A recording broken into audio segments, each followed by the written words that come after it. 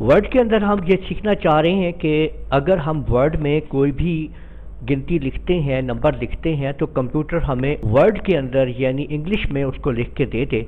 जैसे कि यहाँ पे लिखा हुआ है 123, तो इन वर्ड्स वो आ रहा है कि 123। तो ये चीज़ हम कैसे बनाएंगे वर्ड के अंदर, आज हम यही सीखने वाले हैं इस वीडियो के अंदर।